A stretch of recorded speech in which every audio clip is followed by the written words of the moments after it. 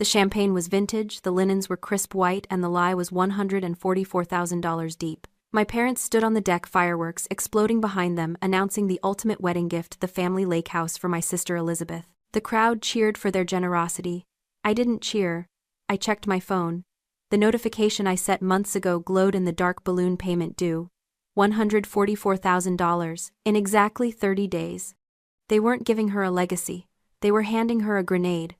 Before we go any further, drop a comment below. Where are you listening from and what time is it for you right now? I love seeing how far this community reaches. I walked away from the applause, the sound of champagne corks popping fading as I stepped onto the wooden planks of the dock. The air down here was heavy, smelling of lake water and algae, a sharp contrast to the expensive perfume wafting from the deck above. I needed the dark. I needed the silence. Because up there under the string lights, my family was performing their greatest hit, The Generous Dynasty. But down here in the glow of my phone screen, I was looking at the balance sheet. And the balance sheet was bleeding red. I've always been the invisible ledger in this family, the checkbook daughter. While Elizabeth was the face, the influencer, the beauty queen, the one who brought home trophies, I was the one who brought home bail money. When Elizabeth totaled her first car at 19, I was the one who wired the deductible so Dad's insurance premiums wouldn't spike. When Mom had her medical emergency last year, which was actually a 5-figure bill from a cosmetic surgeon she tried to hide from Dad, I covered it. I had convinced myself it was loyalty. I told myself I was the responsible one, the pillar. But looking at the foreclosure notice PDF on my screen, I realized I hadn't been a pillar. I had been a silent investor in a failing enterprise. My parents weren't rich. They were leveraged. They lived on a carousel of credit cards, second mortgages, and appearances. The vintage champagne they were drinking right now, probably charged to a card that was maxed out yesterday. And this house, this sprawling, beautiful lake estate that had been in the family for 2 generations, wasn't an asset anymore. It was a liability, a sinking ship, and they weren't gifting it to Elizabeth out of love. They were transferring the captain's hat to her just before the water hit the bridge. I looked back up at the house. Elizabeth was laughing, twirling in her white dress holding a sparkler. She looked radiant. She also looked helpless. And for the first time I didn't feel jealous of her. I felt a cold clinical pity. This was the cage of favoritism. They had spent her entire life protecting her from reality, handing her everything she wanted, and in doing so, they had crippled her. She had no survival instincts. She didn't know how to read a contract, how to spot a scam, or how to survive a winter without a safety net. She thought she was the golden child, but she was just the sacrificial lamb. She had been fattened up on praise so she wouldn't notice the knife. I remembered a conversation with my mother years ago after I'd caught her lying to a neighbor about why we sold our second car. She had looked me dead in the eye and said, "Haley, we do what we must to protect the family name. The truth is only useful if it serves us." That was their logic. That was the trap of their good intentions. They genuinely believed that by hiding the debt they were protecting us. But you can't protect someone by handing them an anchor and telling them it's a life vest. The math was simple, brutal, and undeniable. If Elizabeth signed that deed tomorrow, the debt became hers. The lawsuit settlement my father was hiding, the $93,000 wrapped inside that mortgage, would become her burden. They were saving their own credit rating by destroying hers. It wasn't a wedding gift. It was a financial death sentence. And I was the only one on the property who knew how to read the warrant. The next morning the kitchen smelled of expensive espresso and denial. My parents were sitting at the Marble Island, reviewing the guest list for the wedding, as if they hadn't just announced a fraudulent property transfer to 200 people the night before. I walked in, not with coffee but with the foreclosure notice pulled up on my tablet. I didn't scream. I audited. "The balloon payment is due in 30 days, I said, placing the screen on the cool stone between them. $144,000. If Elizabeth signs that deed, she inherits the debt. You aren't giving her a house, you're giving her a bankruptcy." My father Richard didn't even look at the screen. He took a sip of his coffee, his expression one of bored disappointment. "Always the accountant, aren't you, Haley? We're having a moment of family joy, and here you are, audit in hand, trying to balance the books of happiness." "It's not happiness, Dad. It's math. And the math says you're insolvent." My mother Lisa chimed in, her voice tight and sugary. "We have a business deal closing next month that will cover everything. You know how these things work, Haley. Liquidity is fluid. We're doing this for Elizabeth's future. Why can't you just be happy that your sister is getting her legacy?" "Because a legacy shouldn't require a credit check," I countered. "You're using her credit score to patch the hole in yours."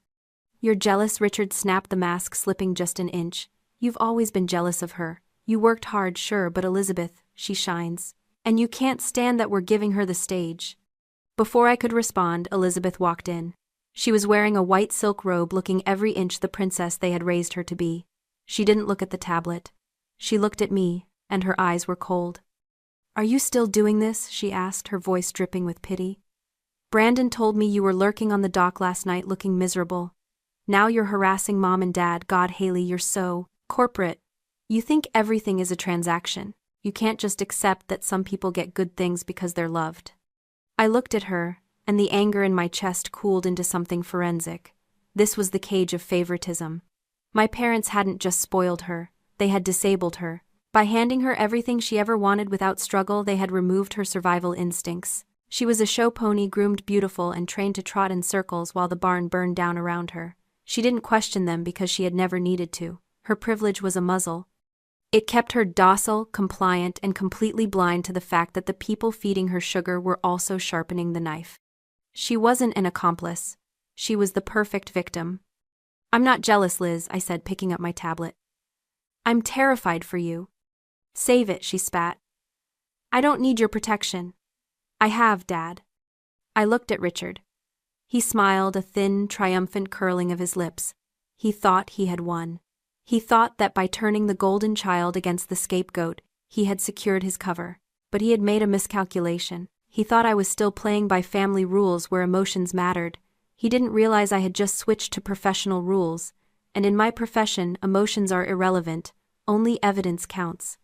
I didn't say another word. I turned around, walked out of the kitchen, and packed my bags. I was done being a sister. It was time to become an analyst. I drove back to the city in silence, the hum of the tires on the highway, the only sound replacing the accusations echoing in my head. I didn't cry, I didn't rage, I switched gears. The emotional part of my brain, the daughter who wanted her father's approval, the sister who wanted to be included, shut down. In its place, the forensic analyst woke up. This wasn't a family dispute anymore. It was a case file. And I knew exactly how to build it. Back in my apartment, I set up my war room. 3 monitors, a fresh pot of coffee, and access to the public databases I used for work. I started pulling the threads my father thought he had buried. I pulled the property records for the lake house first. The deed history showed the transfer to my parents 20 years ago, clear and clean. Then came the first mortgage standard. But then 3 years ago, the second lien appeared, $93,600.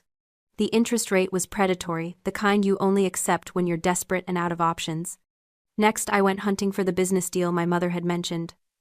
I searched for my father's LLC filings. Richard Sterling Consulting. The status was active, but the revenue reports were a joke. The company had been bleeding money for 5 years. There was no big deal closing next month. There were only mounting liabilities. But the real smoking gun wasn't in the business records. It was in the court filings. I searched my father's name in the county clerk's database, filtering for civil suits. And there it was. Case number 21-CV-0943 Peterson versus Sterling. Filed 3 years ago. Settled out of court. The plaintiff, a former business partner, had accused Richard Sterling of embezzling funds from a joint venture. The settlement amount was confidential, but the timeline matched the second mortgage perfectly. He hadn't bought a boat. He hadn't renovated the kitchen. He had bought his freedom. I sat back, the glow of the screens illuminating the dark room. It was worse than I thought. My parents weren't just irresponsible. They were criminals in hiding.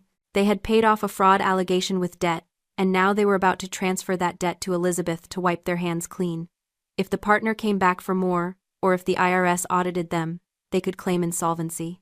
They would point to the house transfer and say, "Look, we have nothing. Our daughter has the asset." They were setting her up as the fall guy for a crime she didn't even know existed. My phone buzzed. It was a text from Elizabeth. "Please just let it go. You're ruining everything." I stared at the message. She still thought this was about a party. She thought I was being petty, trying to steal her spotlight. She didn't realize I was the only thing standing between her and a felony investigation. I didn't reply. I printed the court docket. I printed the settlement agreement summary. I printed the foreclosure notice. I compiled everything into a single PDF file titled The Truth. This was the trap of their good intentions. My mother had probably convinced herself that hiding this was an act of love. She would say they did it to protect the family name, to keep Elizabeth from worrying. It was cognitive dissonance weaponized. They believed that maintaining the image of wealth was more important than the reality of survival. They thought that if they just kept dancing, the music would never stop. But the music had already stopped. The band had packed up and gone home. And the only sound left was the scratching of a pen on a foreclosure deed. I closed my laptop. I had the evidence. I had the motive. Now I just needed the venue. The rehearsal dinner was held in the ballroom of the Grand Hotel downtown, a venue that cost more for one night than my parents had in their combined retirement accounts. Crystal chandeliers dripped from the ceiling, and the centerpieces were towering arrangements of white orchids. It was beautiful. It was expensive. It was a lie.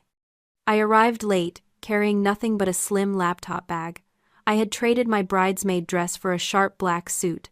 Tonight wasn't about blending in, it was about standing out. I scanned the room. My parents were at the head table, holding court, basking in the admiration of their guests. Elizabeth was next to them, looking nervous but radiant, holding Brandon's hand. Brandon looked bored, checking his watch clearly, ready for the night to be over. I walked over to Elizabeth first. I had to try one last time. Just once. For my own conscience. "Liz," I said, leaning down to whisper in her ear. "We need to talk. Now. Outside." She pulled away, her eyes flashing with annoyance. "Not now, Haley. Dad is about to give his speech. Don't make a scene." "This isn't a scene, it's an intervention, please. 5 minutes." "No," she hissed. "Sit down or leave." I looked at her. I saw the fear behind the defiance. She knew something was wrong. She had to feel the tension radiating off our parents, but she was too terrified to look at it directly. She was choosing the comfortable lie over the terrifying truth. And in that moment, I realized I couldn't save her quietly. The infection had spread too deep. The only way to save the patient was to cut it out in front of everyone. I nodded slowly. "Okay." I walked to the back of the room where the AV technician was monitoring the slideshow. I had called ahead using my maid of honor status to get access. "Change of plans," I told him, handing him a flash drive. "We're going with the updated presentation. Dad's speech needs visual aids." He shrugged and plugged it in. Richard stood up, tapping a spoon against his champagne flute. The room quieted. He smiled, that charming practice smile that had fooled bankers, business partners, and his own children for decades. "Friends, family," he began, his voice thick with emotion. "Tonight is about legacy. About passing the torch. Lisa and I have built a life, a home, a name, and tomorrow we give the jewel of that legacy, our beloved lake house, to our daughter Elizabeth. It is our gift, our blessing, our—" I hit the spacebar on my laptop.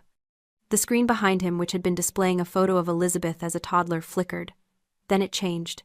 It wasn't a baby picture. It was a PDF. Notice of default and intent to foreclose. The text was blown up to 10 feet tall. Amount due $144,250. The room went deadly silent. Richard stopped mid-sentence, confused by the sudden hush. He turned around. The color drained from his face so fast I thought he might faint. I didn't stop. I hit the spacebar again. The next slide appeared. Settlement agreement, Peterson versus Sterling. The fraud allegations. The settlement amount, $93,600. The date, 3 years ago. I hit the spacebar again. The email from my mother to my father, dated 2 months ago. If we transfer the deed before the balloon payment hits, the liability shifts to her. We can claim we gifted it in good faith. It buys us time. I walked to the center of the room. I didn't need a microphone. The silence was loud enough. "It's not a legacy, Dad," I said, my voice calm, steady, lethal. "It's a liability dump. You aren't giving her a home. You're giving her your debt. You're giving her your fraud settlement. You're giving her a bankruptcy so you don't have to file one yourself." Richard tried to speak, to bluster, to deny. This is a misunderstanding. Haley is jealous. She's lying." "The documents aren't lying," I said, pointing to the screen. "That's the county clerk's stamp. That's the bank's letterhead. That's your signature on the settlement admitting to embezzlement." I turned to Brandon. He was staring at the screen, reading the numbers. He was a tech heir. He knew how to read a balance sheet. He stood up slowly. "Is this true?" he asked Richard. His voice wasn't angry. It was cold, businesslike. "Brandon, son, please let me explain. Richard stammered, sweating now. Is it true? Richard looked at the screen. He looked at the room full of people staring at him with horror. He looked at me. And he crumbled. He didn't say yes. He just looked down. Brandon turned to Elizabeth. She was sobbing, looking between the screen and her fiancé, terrified. Did you know? He asked her. No, she wailed. I swear, Brandon, I didn't know. He looked at her for a long moment. Then he looked at the dead on the screen. I believe you, he said. But I can't marry into this. My family. We can't be attached to fraud. He took the engagement ring off her finger, not cruelly but decisively placed it on the table and walked out. The room erupted. My mother was screaming at me. Elizabeth was on the floor in her white dress crying. My father was slumped in his chair, a broken man. I watched it all. It was a massacre. It was the surgery of truth. I had just cut off the limb to save the body. It was bloody, it was painful, and it was absolutely necessary. I packed up my laptop. My work here was done. The fallout was swift, brutal, and total. The wedding was canceled the next morning. Not postponed, canceled. Brandon's family, who had built their fortune on tech patents and impeccable due diligence, cut ties immediately. They threatened to sue my father for misrepresentation if he tried to contact them again.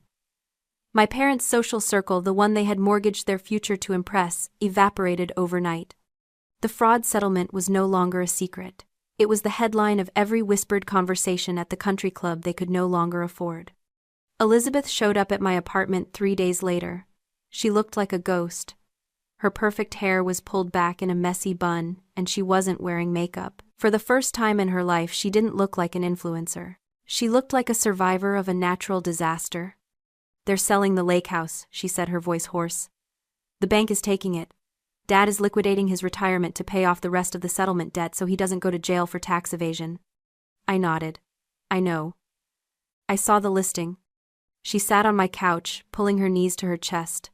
I hated you, you know.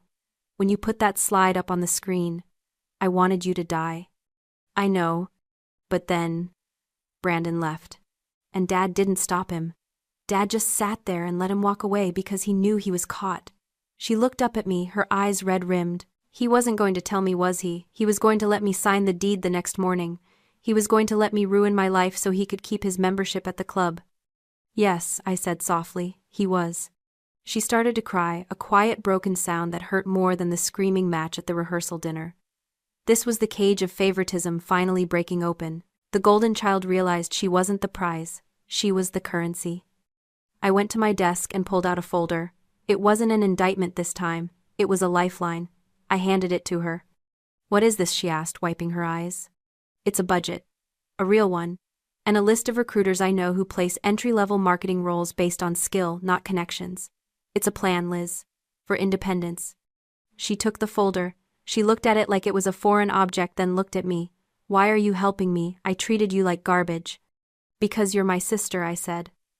And because the only way to beat them is to survive them. You don't need a rich husband or a lake house to be okay. You just need to learn how to stand on your own 2 feet. 6 months later, I met Elizabeth for coffee. She was working as a junior coordinator at a PR firm. The pay wasn't great, and she lived in a studio apartment with 2 roommates, but she paid her own rent. She looked tired, but she looked real. Mom called me yesterday, she said, stirring her latte. They moved into a condo in Jersey. She complained for 20 minutes about the lack of closet space. I smiled.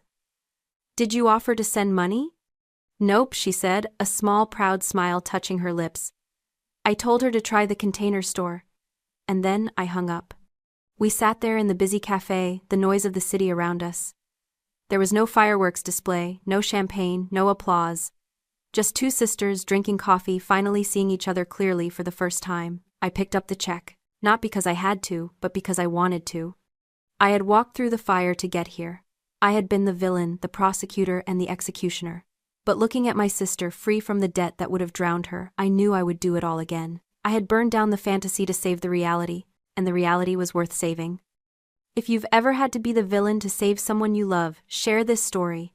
And tell me in the comments what's the hardest truth you've ever had to tell. Don't forget to follow for more stories about breaking free.